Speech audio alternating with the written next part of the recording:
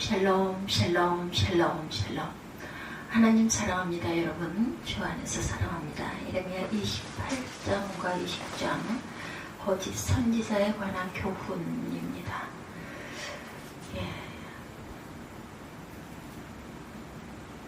28장 말씀.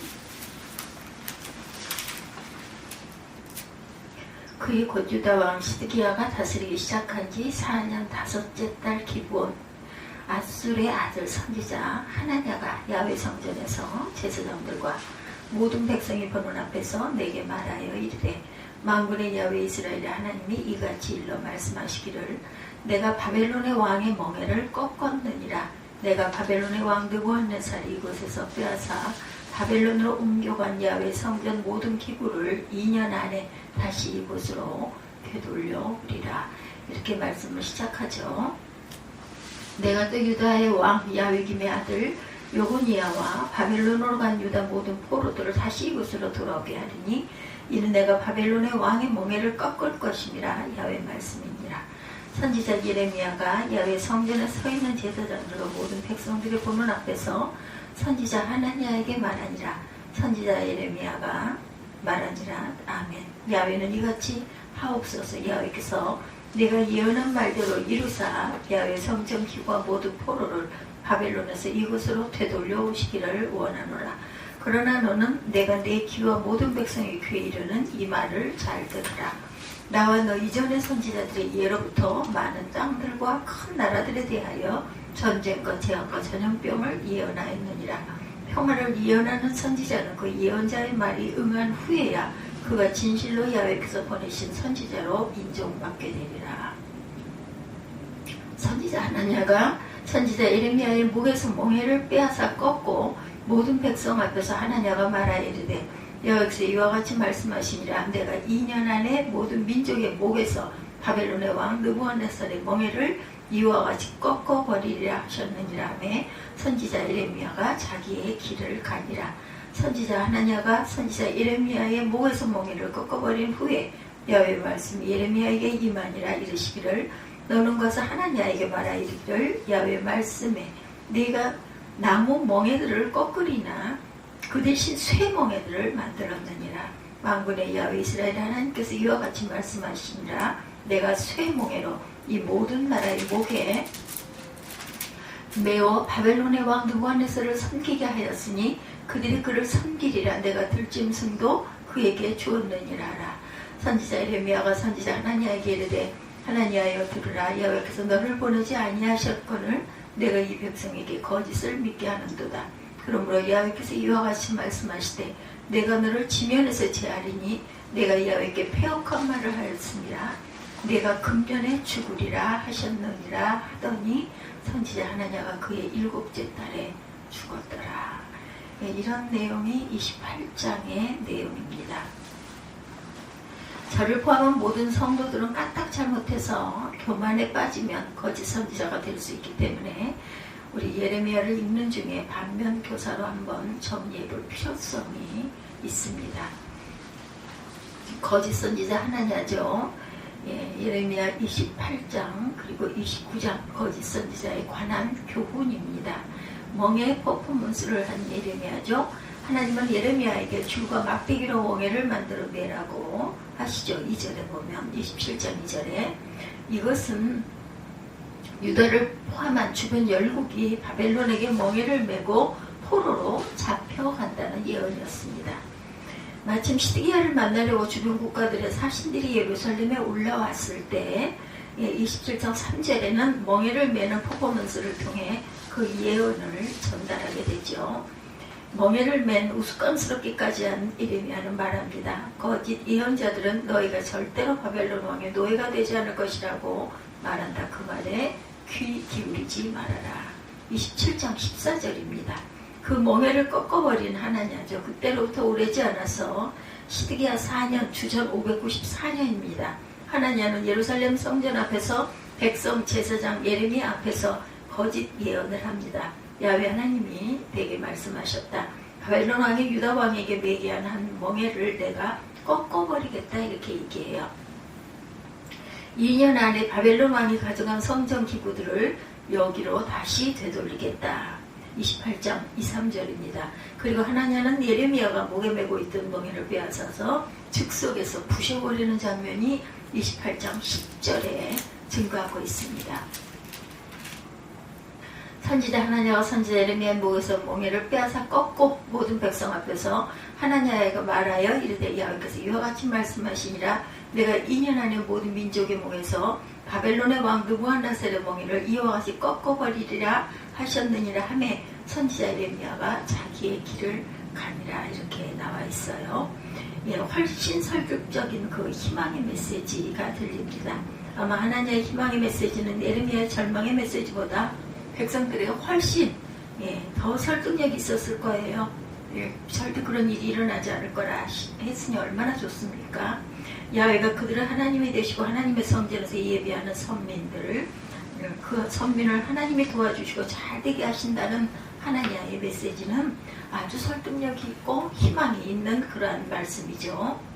마침 멍에 퍼포먼스 주기던 예레미야를 궁지로 모는 한편 절망과 혼란에 처한 백성들에게 청량제 같은 시원함을 주었을 거예요. 그러니 벌써 유대 왕국은 주전 605년의 1차 포로, 주전 597년경에 벌써 이전에 3년 전에 제2차 포로로 잡혀간 상태입니다.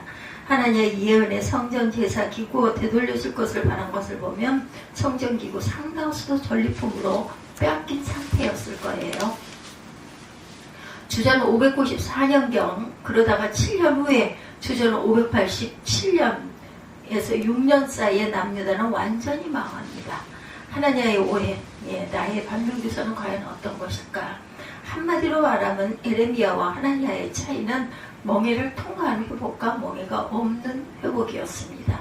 예레미야는 멍에를 통해 말하자면 뼈를 깎는 회개, 고난을 통한 연단, 정결의 시간을 거친 후에 하나님의 백성이 새롭게 될 것이라고 전파한 반면에 하나님은 멍에가 없는 하나님의 백성이니까 무조건 잘 됐겠지 메시지를 선포한 겁니다. 오늘날에도 소망의 메시지는 대중들에게 훨씬 더 설득력이 있어요. 물론 우리는 소망의 메시지를 마땅히 전해야 합니다. 그런데 작은 잘못이나 범죄는 멍에 없는 소망의 메시지만으로는 충분치가 않아요. 예레미야도 처음에는 멍에 없는 돌이킴과 회복을 전했다고 봅니다. 그러나 어느 시점부터 예레미야는 바벨론 멍에를 통한 회복으로 예언의 태도를 변경합니다. 백성들이 너무 오래 회개를 안 하고 계속 퇴역하니 그 수위가 자꾸 높아진 것은 아닐까. 참고로 예레미야는 약 40년간 예언합니다. 요시야 13년 예루살렘 멸망까지, 요시야 13년부터 예루살렘 멸망까지 40년간 선포했어요. 그러나 고질적 잘못이나 오래된 문제점은 멍에를 통한 정화와 회개의 과정을 거칠 때 하나님의 백성은 새롭게 다시 태어날 것이다. 그래서 하나님은 성도에게 고난을 주시고 고난은 당하기는 아주 힘든 멍에이지만 거치고 나면 좋은 양약이 되죠. 감당할 만한 것을 주십니다. 감당치 못한 것은 주시지 않는 하나님이시다. 그러므로 우리는 주님이 오시는 고난, 정화의 기간, 멍에 이런 것들을 당할 때가 오면 묵묵히 메고 나갈 줄 알아야 되겠다.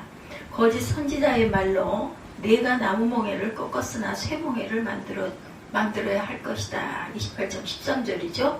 하나님이 주시는 나무 멍에를 거절하면 더 고생스러운 쇠 멍에를 주신다라는 거예요.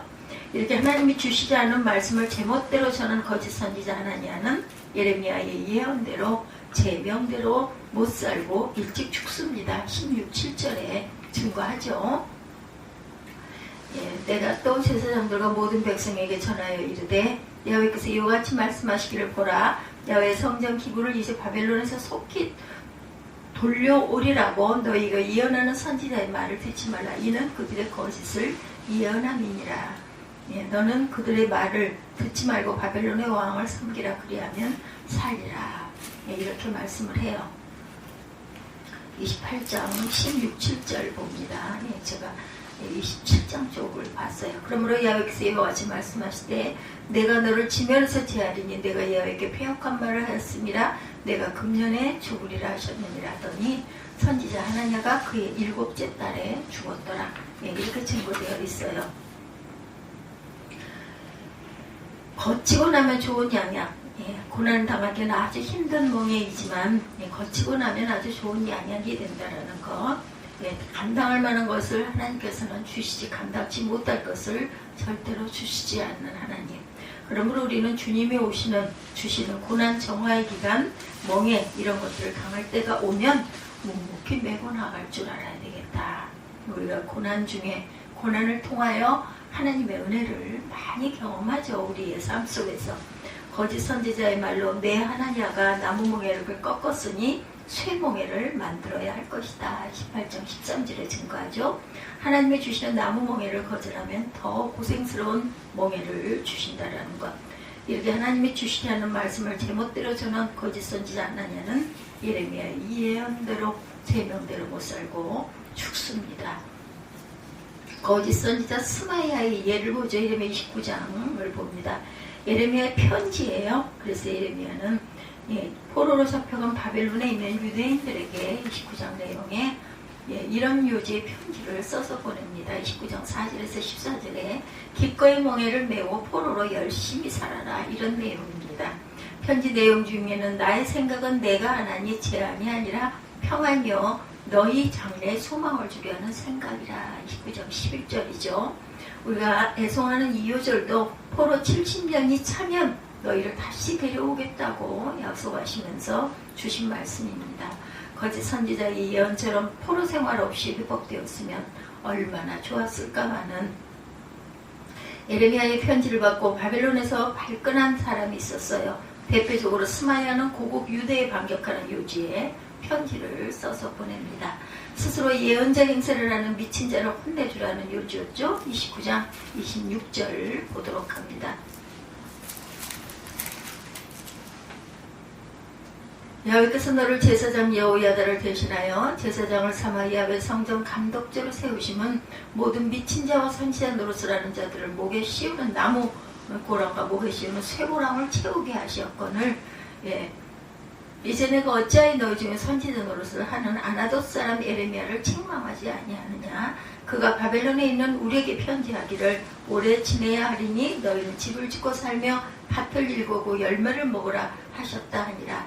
제사장 스바냐가 스마야의 글을 선지자 예레미야에게 읽어서 들려줄 때 야훼 말씀 예레미야에게 임하여 이르시되 너는 모든 포로에게 전언하여 이르기를 야훼께서 느헬람 사람 스마야를 두고 이같이 말씀하셨느니라. 내가 그를 보내지 아니하였거늘 스마야가 너에게 예언하고 너에게 거짓을 믿게 하는도다. 그러므로 야훼께서 이와 같이 말씀하시니라. 보라 내가 느헬람 사람 스마야와 그의 자손을 벌하리니 그가 나 야훼께 패역한 말을 하였기 때문에 이 백성 중에 살아남을 그의 자손이 하나도 없을 것이라. 내가 내 백성에게 행하려 하는 복된 일을 그가 보지 못하리라 하셨느니라. 이것은 야훼의 말씀이니라. 이렇게 31절부터 32절까지 이렇게 증거하고 있어요. 내가 보내지 않은 그러한 예언자다. 내가 하지 않은 말을 했다라고 말씀합니다. 스스로 예언자 행세를 하는 미친 자를 혼내주라는 요지였죠. 그리고 대제사장의 권세 그런 것을 바보가 아니면 좀 사용하라고 은근히 대제사장의 자존심을 툭툭 건드렸습니다. 스마야가 받은 징계를 보면 예레미야를 공격을 사주한 스마야는 자기뿐만 아니라 자기 자녀까지도 하나님의 저주를 받게 됩니다. 안타깝게도 자기가 미친 자로 확신했던 예레미야가 하나님이 보내신 참 선지자였기 때문이죠. 오늘도 예레미야처럼 참으로 하나님의 음성을 대언하는 주의 종들은 반드시 있습니다. 우리는 분별을 잘해야 돼요. 자칫 잘못하면 큰 낭패를 당하게 된다는 것. 고난의 참된 의미를 보면 상식적인 생각으로 고난은 좋지 않은 것이죠. 아무도 좋아하지 않습니다. 그것은 죄의 결과일 가능성이 매우 크기 때문이다. 그러나 그 선을 넘어서 더 멀리 볼 줄 알아야 된다. 예레미야는 그 너머를 보았고 거짓 선지자들은 그 너머를 보지 못했습니다. 고난을 통한 연단을 받은 사람들이 좋은 무화과였죠. 예레미야 24장 참조하시기 바랍니다. 무조건 고난 없는 평탄한 삶이 좋은 것이 아니라 고난을 통한 정화된 삶이 좋은 것입니다. 고난 없이도 정화된 삶이 최고로 좋은 것이긴 하나 그런 사람은 세상에 없죠. 예수님도 고난을 통한 순종하기를 배우셨다고 말씀하세요. 예, 그들은 고난을 통한 정화의 과정을 너무나 무시했습니다. 거짓 선지자들의 잘못된 생각입니다. 예, 고난 없는 회복을 스스로 믿었고 그것을 서슴없이 주장을 하게 됩니다. 우리가 모두 다 고난을 싫어하다 보니 싫어하고 불편해하는 것을 피해준 거죠. 그래서 에레미야와 대립이 되었고 그를 공격하기까지 합니다. 한마디로 고난은 신학의 다른 이해 부족이었겠죠. 오늘 우리는 고난의 깊은 의미를 너무 간과하지는 않는지 풍요, 축복, 성공을 강조하다 보니 그 반대 개념이 무시되고 있고 부담스러워지고 있습니다.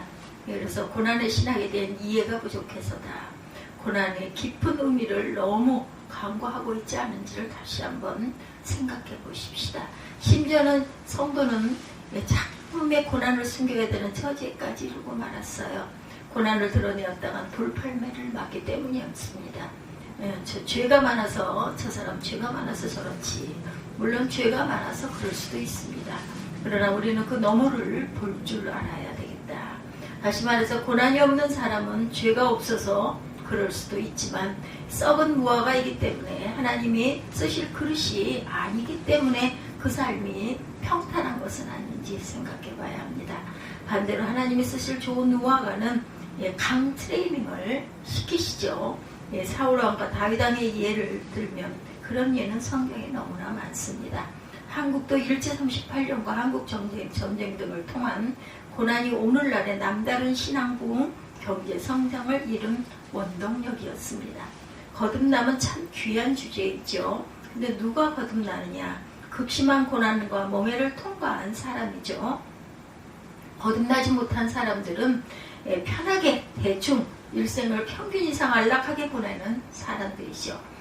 관찰하기엔 그렇습니다. 남유다가 망한 것은 하루아침에 완전히 망한 것이 아니라 크게 3번에 걸쳐서 망하죠. 첫 번째는 주전 605년경 느부갓네살이 애국과 갈그마스 전쟁에서 승리하고 야이김 4년경에 돌아오는 길에 친애국 유대를 징벌하고 다니엘 등을 포로로 잡아갔고, 두 번째는 주전 597년경 느부갓네살 제8년에 야외긴 등을 포로로 잡아간 것이고, 세 번째는 주전 586년경 성전이 완전히 불에 탔고 시드기야가 포로로 잡혀갑니다. 그러니 한 10년 간격 차로 이렇게 잡혀가죠. 그러니까 10년 간격으로 매를 맞았어요. 그래야 도저히 안 되니 하나님 바벨론 포로 70년이라는 특단의 처방을 내리신 것이죠. 결과적으로 그 처방 속에서 바벨론은 서서히 망가뜨리는 그러한 그 역사를 우리가 성경에서 보게 됩니다. 극심한 고난과 멍해를 통과한 이러한 일들이 우리에게는 다시는 일어나서는 안 되겠다. 반면교사로 삼으셔서 이런 후회되는 일을 저희들이 하고 나가지 않으면 저와 여러분들이 되시기를 주님의 이름으로 축복합니다. 기도하시겠습니다.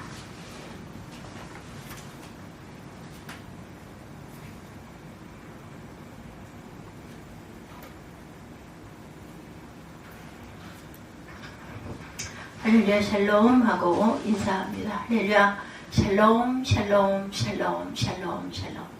하나님 사랑합니다. 여러분 주 안에서 사랑합니다. 예레미야 28장 1절에서 17절 참과 거짓에 대해서 다시 은혜를 나눠봅니다.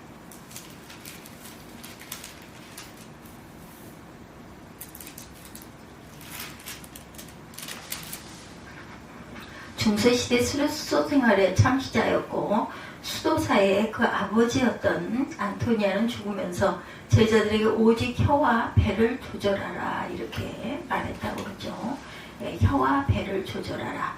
인간의 거짓은 마음에서 시작해서 입을 통해 혀를 움직이며 시작된다고 볼 수가 있습니다. 오늘날 이 시대 너무나도 거짓이 가득 찬 시대가 되어서 무엇이 참이고 거짓인지 분간하기 힘든 세상이 되어가고 있어요. 23장과 24장에 참과 거짓에 대해서 말씀을 나눕니다.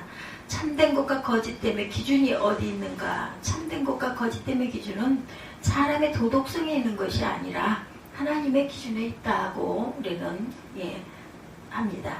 사람이 보기에 아무리 참되다 할지라도 하나님 보시기에 참되지 못하면 거짓이죠. 사람이 보기에 거짓되든다 할지라도 하나님 보시기에 온전한 것이면 그것이 참된 것입니다. 오늘 본문 속에 참된 자와 거짓된 자 두 사람의 대표적인 모습이 나오고 있죠. 남유다 당시에도 참된 자의 소리보다는 거짓된 자의 소리에 귀를 기울였던 것처럼 오늘날도 이 시대 참된 소리보다는 거짓된 소리에 귀를 기울이고 살아가는 시대가 되어가고 있습니다. 그 이유는 영적 무지함 때문이다. 여러분은 진실로 참된 소리에 귀를 기울이며 살아가고 있습니까? 계시록 7교회에 하신 예수님의 음성을 잊지 마시기 바랍니다. 귀 있는 자는 성령이 교회들에게 하시는 말씀을 들을지어다. 참된 소리와 거짓의 소리를 분별할 수 있는 영적인 자들이 되시기를 예수 그리스도 이름으로 간절히 축원합니다. 첫 번째 거짓 선지자 하나냐입니다. 1절에서 4절이죠. 그의 곧 유다왕 시드기야가 다스리기 시작한 지 4년 다섯째 달 기브온 앗술의 아들 선지자 하나냐가 야훼 성전에서 제사장들과 모든 백성의 보는 앞에 내게 말하여 이르되 만군의 야훼 이스라엘의 하나님이 이같이 일러 말씀하시기를 내가 바벨론의 왕의 멍에를 꺾었느니라. 내가 바벨론의 왕 느부갓네살을 이곳에서 빼앗아가 바벨론으로 옮겨간 야훼의 성전 모든 기구를 2년 안에 다시 이곳으로 되돌려오리라. 내가 또 유다의 왕 야훼김의 아들 여고니아와 바벨론으로 간 유다 모든 포로를 다시 이곳으로 돌아오게 하리니 이는 내가 바벨론의 왕의 멍에를 꺾을 것임이라. 야훼 말씀이니라 하시니라. 27장에서 예레미야 선지자는 예루살렘을 방문한 주변국들의 사신들과 시드기야가 왕 앞에서 멍에를 목에 얹은 상징적인 행동을 취함으로 바벨론 왕을 섬겨야 한다는 메시지를 선포했어요. 이러한 때 주변국들이 시드기야 왕을 설득해서 반바벨론 동맹에 가입한 것을 권유합니다. 시드기야 왕이 어떤 결정을 내느냐에 따라서 남유대의 운명이 결정되는 아주 중요한 시기였던 거죠. 근데 이런 중요한 때에 거짓 선지자 하나냐는 하나님의 성전에 서서 하나님의 이름으로 제사장들과 백성들에게 거짓 예언을 선포했어요. 거짓 선지자 하나냐의 선포는 예레미야 선지자가 선포한 내용과는 정반대의 말을 합니다. 2절을 주목해보면 예레미야 선지자는 바벨론 왕의 멍에를 매게 될 것이다 했지만 거짓 선지자 하나냐는 바벨론 왕의 멍에를 하나님이 꺾으실 것이다 이렇게 말씀하죠. 3절도 보면 예레미야 선지자는 남아있는 성전 기구들까지 바벨론으로 옮겨질 것이라고 했는데 거짓 선지자 하나냐는 2년 안에 성전의 기구들이 돌아올 것이다 라고 거짓 예언을 해요. 4절에도 보면 거짓 선지자 하나냐는 포로로 잡혀갔던 여고니아 왕과 바벨론으로 잡혀간 포로들이 돌아올 것이다 이렇게 거짓 예언을 합니다. 하나님은 예레미야 선지자를 통해 분명하게 그들이 모두 바벨론에서 죽을 것이라고 얘기합니다. 예레미야 22장 24절에서 27절에 보면 야훼 말씀이라 나의 삶으로 맹세하노니 유다왕 야훼김의 아들 고니야가 나의 오른손에 인장반지라 할지라도 내가 베어 내 생명을 찾는 자의 손과 내가 두려워하는 자의 손 곧 바벨론의 왕 느부갓네살의 손과 갈대아인의 손에 줄 것이라. 내가 너와 너를 낳은 어머니를 너희가 나지 아니한 다른 지방으로 쫓아내리니 너희가 거기에서 죽으리라. 그들이 그들의 마음에 돌아오기를 사모하는 땅에 돌아오지 못하리라. 예레미야 22장 14절에서 27절 말씀입니다. 이처럼 거짓 선지자 하나냐는 모든 면에서 예레미야와 예언과 정반대의 예언을 했던 거죠. 더욱이 주목해야 할 것은 거짓 선지자 하나냐가 예언을 선포하면서 야훼 이름으로 선포했다는 거예요. 다시 말해서 거짓 선지자 하나냐는 자신이 하나님께 직접 받은 계시처럼 전했다는 거죠. 더욱이 거짓 선지자 하나냐는 2년 안에 라는 말을 사용하므로 자신의 예언의 확실성을 강조합니다. 하나님은 예레미야 선지자를 통해 분명하게 바벨론 왕을 7년 동안 섬기게 될 것이다 이렇게 얘기했어요. 25장 11절에 이 모든 땅이 폐허가 되어 놀랄 일이 될 것이며 이 민족들은 70년 동안 바벨론 왕을 섬기리라. 거짓 선지자 하나냐의 말을 들은 당시 사람들에게 상당한 지지를 얻었겠죠. 얼마나 듣기 좋은 말입니까? 2년 안에 바벨론이 멸망한다는 말이 얼마나 듣기가 좋았겠는가. 거짓말이 얼마나 듣기 좋은지 여러분들 아시겠습니까? 거짓말이 얼마나 설득력이 강한지, 내가 원하는 대로, 나 편한 대로 맞춰주니 얼마나 좋아요. 예, 그 이유는 먼지는 먼지가 있는 곳에 더 잘 붙기 마련이듯이 거짓 영의 역사는 거짓된 마음과 생각을 가진 자들에게 더 강하게 역사한다는 사실을 우리가 깨달아야 되겠다. 다시 말해서 거짓된 마음과 생각을 가진 자들에게 진리의 말은 너무나 부담스럽고 듣기가 거북하죠. 예수님이 이 땅에 오셔서 진리의 말씀만 전하자 종교 지도자들은 듣기가 너무나 부담스럽고 거북했기 때문에 예수님을 결국은 십자가에 못 박아 죽이죠. 그렇다면 참된 것과 거짓의 기준은 어디에 있을까요? 서두에서 말씀드렸죠. 사람의 도덕의 기준이 아니라 하나님 기준에 있다, 이렇게 말씀드렸습니다. 그 하나님의 기준이 무엇이에요? 성경입니다. 우리에게는 답이 나와 있어요. 답안지예요. 성경입니다. 하나님과 거짓 선지자라는 것은 하나님께 받은 말씀이 아님에도 불구하고 하나님께 받은 것처럼 전하고 있기 때문에 거짓된 것이다. 하나님 말씀을 바로 전하지 아니하면 거짓말을 하고 있다는 것입니다. 하나님 말씀을 바로 전할 줄 알아야 되겠다. 이 말씀 속에 감추어져 있는 진주 같은 말씀을 전해야 합니다. 내 말을 전하려고 강단에 세우신 것이 아니라, 내 자랑하라고 강단에 세운 것이 아니라 하나님이 전하시고자 하는 말씀이 무엇인지를 깨달도록 전해야 됩니다. 계시록 22장 18, 9절이죠. 내가 이 두루마리의 예언의 말씀을 듣는 모든 사람에게 증언하노니 만일 누구든지 이것들 외에 더하면 하나님이 두루마리에 기록된 재앙들을 그에게 더하실 것이오. 만일 누구든지 이 두루마리의 예언의 말씀에서 제하여 버리면 하나님이 이 두루마리에 기록된 생명나무 및 거룩한 성의 참여함을 제하여 버리시리라. 하나님 말씀을 더하거나 제하며 전하는 것이 거짓말로 하나님 말씀을 전하는 것이다. 그러니까 더해도 안 되고 빼도 안 된다라는 있는 그대로 전해라. 그런 거짓말로 하나님 말씀을 전하는 자는 거짓 선지자 하나냐처럼 하나님께 벌을 받게 될 것이라는 거죠. 거짓말에 속아 넘어가는 저와 여러분들이 되시지 않기를 바랍니다. 말씀을 모를 때는 속아 넘어갔다 할지라도 이제는 말씀을 깊이 깨달아서 절대로 하나님 말씀이 아닌 거짓말에 속아 넘어가는 저와 여러분들이 되셔서는 안 되겠어요. 예레미야 선지자의 말이 진실로 하나님의 예언인 것을 깨달았다면 남유다 백성들이 거짓 선지자 하나님의 말에 미혹되지 아니했을 것이다. 예수님이 마지막 때에 대해서 예언합니다. 거짓 선지자가 많이 일어나 많은 사람을 미혹하였으며 불법이 심함으로 많은 사람의 그 사람이 식어지느니라. 마태복음 24장 11절에서 12절입니다. 거짓 선지자가 무엇으로 미혹을 했겠는가? 거짓말과 거짓된 큰 표적과 거짓된 행동으로 미혹하였다. 그러므로 성도들은 하나님 말씀에 대한 깊은 진리를 깨달을 줄 알아야 합니다. 깨달지 못하면 거짓된 세력에 미혹될 수 있다는 것을 우리가 명심해야 되고, 무장된 귀하고 복된 저와 여러분들이 되셔서 예수 그리스도의 이름을 높이는 그러한 저와 여러분들이 되셔야 할 줄 믿습니다. 두 번째, 참 선지자 예레미야의 말씀입니다.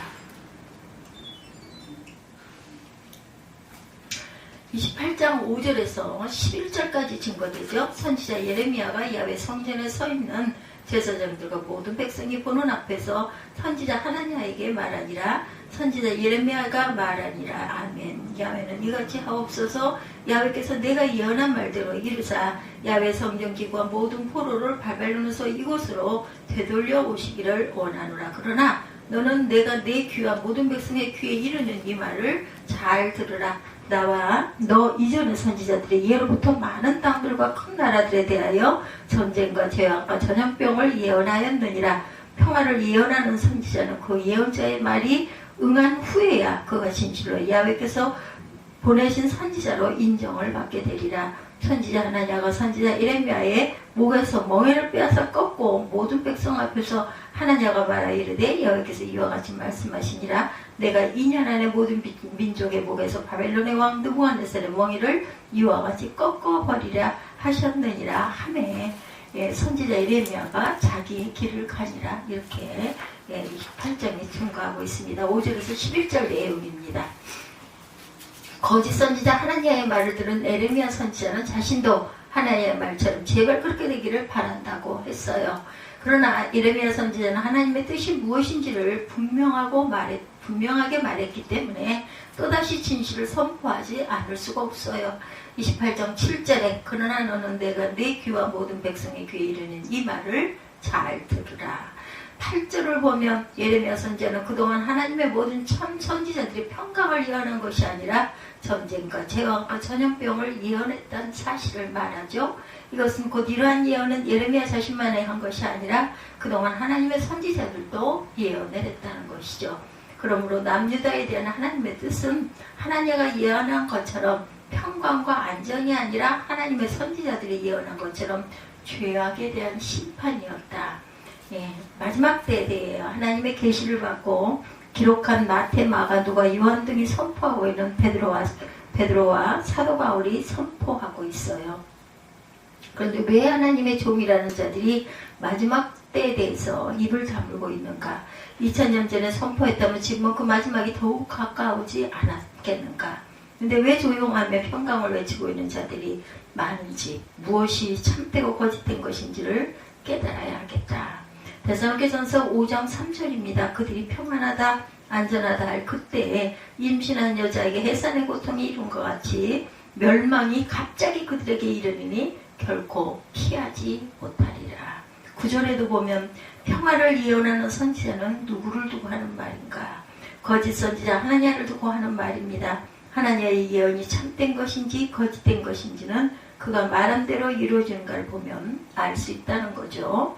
거짓 선지자 하나냐는 야훼 이름으로 2년 안에 바벨론의 권세가 꺾이고 평강이 찾아올 것이라고 예언했기 때문에 2년이 지나면 그 예언의 진실성을 입증될 것이다 라고 말합니다. 이 말은 곧 머지않아 누가 참된 하나님의 선지자인지 분명하게 알게 될 것이다. 대한민국은 지금 2018년 그 동계올림픽 평창 유치 기쁨의 도가니 속에서 아주 기뻐했었던 그 시절이 있었어요. 지금은 많은 시간이 지나갔지만 그러나 걱정도 앞섰었죠. 기쁨도 있었지만 국민들이 기뻐하는 것을 보면서 예수님이 오신다면 이 국민들이 이렇게 기뻐할까 이런 생각을 하신 분들이 계시다고 합니다. 평창 유치로 이 나라 경제적 효과는 약 64조 원에 달할 것이다 말아요. 거기에 다른 부수적인 것까지 합한다면 수백조 원에 달하는 효과가 있을 것이다 라고 말했다고 그러죠. 영국이 하계올림픽을 4번 치렀다고 합니다. 미국이 동계올림픽 4번, 하계올림픽 4번을 치루었어요. 그런 두 나라의 오늘날 신앙의 모습은 어떤가? 물질의 축복이 그들의 신앙을 성장시켰는가? 영국의 BBC 자료에 따르면 유럽 각국의 모슬렘 인구가 각국의 전체 인구 대비 모슬렘 비율은 영국의 160만 명, 2.8%라고 합니다. 프랑스 500에서 600만 명, 8에서 9.6%, 스페인이 100만 명, 2.3%, 독일이 300만 명, 3%라고 발표합니다. 최근 타임지 보도에 따르면 현재 유럽 인구의 3%가 모슬렘이고 또한 향후 20년 안에 유럽 인구의 10%로 증가될 것이다 이렇게 전망하고 있다고 합니다. 이슬람 인구의 확대는 유럽만이 아니라 전 세계적으로 나타나는 현상이죠. 또한 예루살렘 히브리 대학의 역사학자 라파엘 교수의 통계 자료에 따르면 최근 10년 동안 프랑스와 영국 시민들 약 10만 명이 모슬렘으로 개종했다 이렇게 말하고 있습니다. 유럽은 전통적으로 다양성을 추구하고 타문화를 수용하는 데 유연성을 지니고 있고 이런 문화적 배경으로 인해서 이슬람교로 개종되는 유럽인들도 많이 증가하고 있다는 거예요. 뉴스 위크지 국제판 2월 12일의 보도에 따르면 영국 클라이더 시우에는 최근 사용하지 않은 감리교의 건물을 이슬람 스톤으로 변경할 수 있도록 승인을 했는데 이민의 증가로 약 300개가 넘는 이슬람 공동체가 집회 장소로 지속적으로 요구했기 때문에 허가가 되었다라고 합니다. 현재 영국 교회의 10분의 1, 1600곳 이상이 사용되지 않고 있고 체코 전체 교회 중에서 200곳이 매매될 예정이거나 심각하게 훼손된 상태이고, 또한 이 외에도 독일을 비롯한 유럽 각국의 교회 건물들이 다른 용도로 변경이 되거나 이슬람 차원으로 바뀌는 사례들이 증거하고 있다고 해요. 미국도 경제가 무너지고 있는 반면에 신앙도 곳곳에서 무너져가고 있고, 이슬람교로 개종한 67% 기독교인이라는 통계가 나왔다고 합니다. 67%가. 올림픽이 경제적인 부의 가치가 그들의 신앙을 높여주었는가 과연. 우리나라도 88 올림픽 이후에 경제가 성장했어요. 그러나 기독교적인 신앙은 88년 이후로 하락되기 시작했다고 하죠.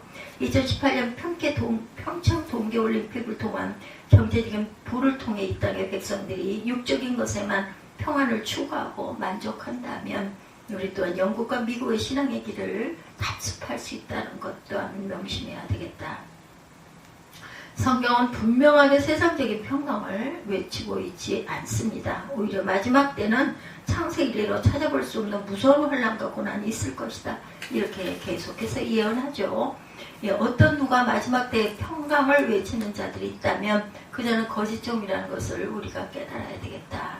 10절에서 11절을 주목해보면 예레미야 선지자의 말을 들은 거짓 선지자 하나냐는 자신의 예언이 참되다는 것을 인식시키기 위해서 과격한 행동을 취했는데, 예레미야 목에서 멍에를 빼앗아 꺾으며 다시 자신의 그 예언을 선포합니다. 27장 1, 2절에 보면 시드기야 왕이 다스리기 시작할 때 예레미야 선지자는 목에 멍에를 만들었죠. 그리고 오늘 본문 1절에도 시드기야 왕이 다스린 지 4년 5째 달이다 이렇게 말하고 있습니다. 그러므로 예레미야 선지자는 자신의 목에 멍에를 4년 동안 메고 다녔다는 것을 알고 있어요. 얼마나 불편했겠나요.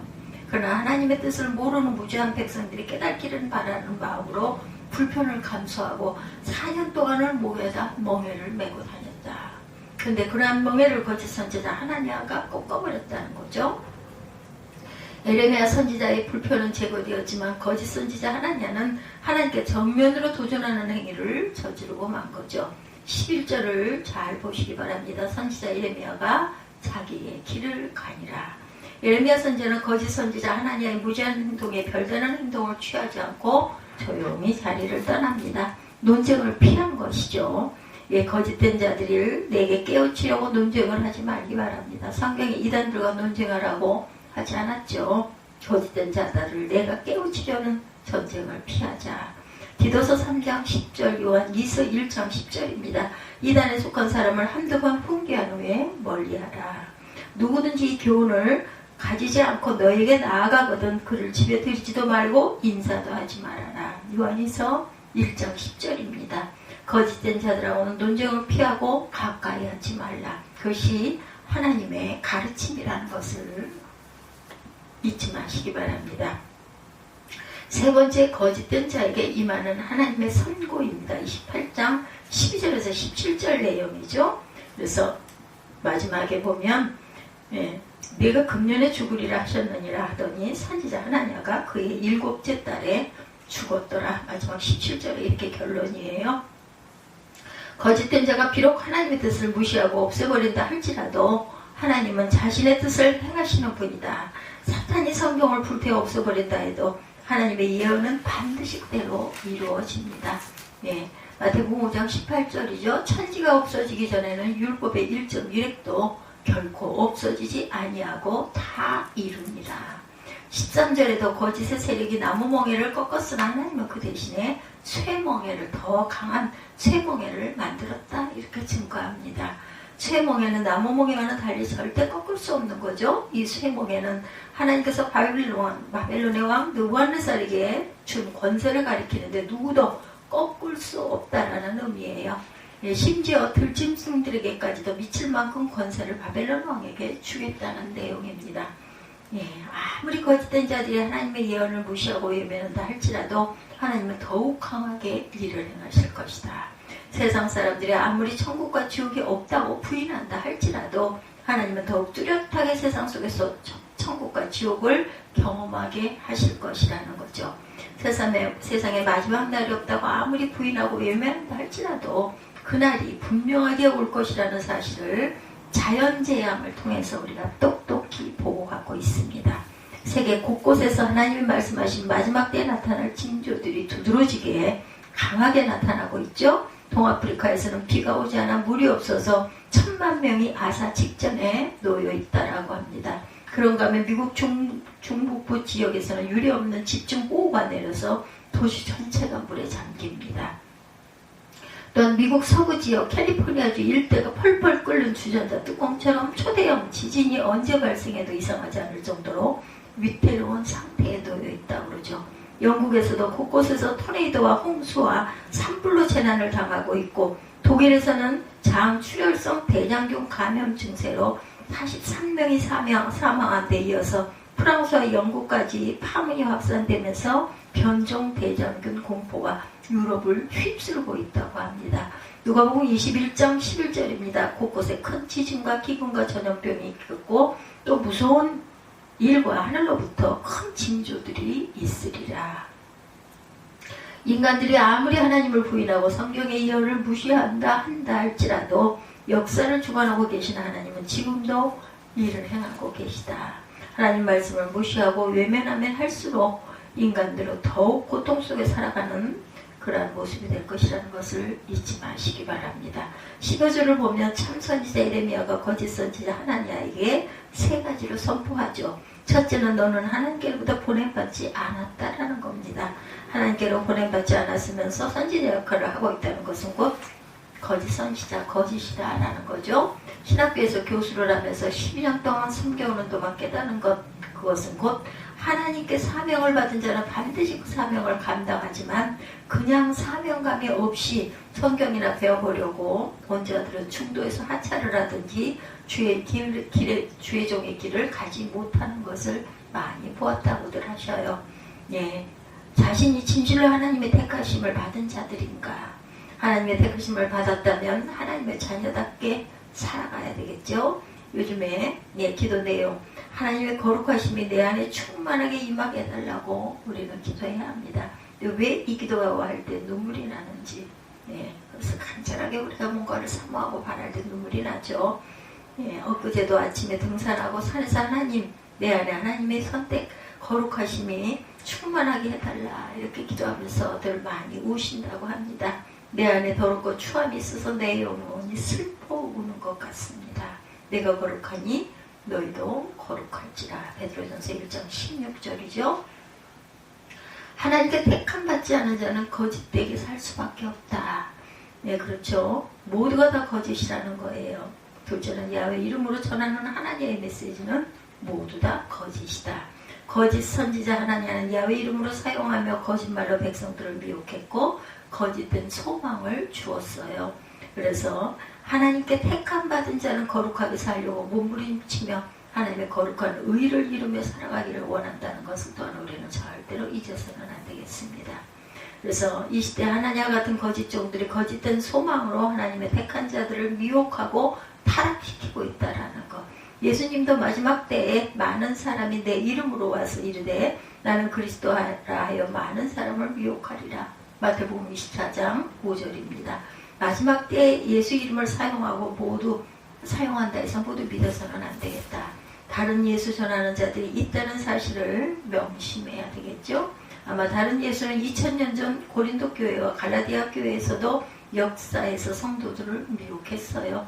고린도서 11장 4절에 만일 누가 가서 우리가 전파하지 아니한 다른 예수를 전파하거나 혹은 너희가 받지 아니한 다른 영을 받게 하거나 혹은 너희가 받지 아니한 다른 복음을 받게 할 때는 너희가 잘 용납하는구나 이렇게 증거되어 있습니다. 예수를 믿는다면서 예수 생각 안 하고 세상 생각하고 예수 우리 가르침 따르지 않고 세상 가르침 따른다면 그 사람 예수 믿는 자라고 할 수가 있겠는가? 예수를 전하는 주의 종들이 예수를 위해 살지 않고 자신의 부귀와 명예를 위해서 살고 이 땅의 것을 추구하며 산다면 그것이 예수 그리스도의 종이겠는가? 예수를 전하는 입이라면 그의 마음도 생활도 오직 예수 한 분을 위해 살아가는 그런 자가 되어야 되겠죠. 그렇지 못하면 하나님과 같은 거짓 선지자의 길을 갈 수 있다는 사실을 우리가 명심해야 하겠습니다. 주의 길을 온전하게 하나님이 보시기에 바르게 전하면서 살아가는 저와 여러분들이 되시기를 주님의 이름으로 축복합니다. 기도하시겠습니다.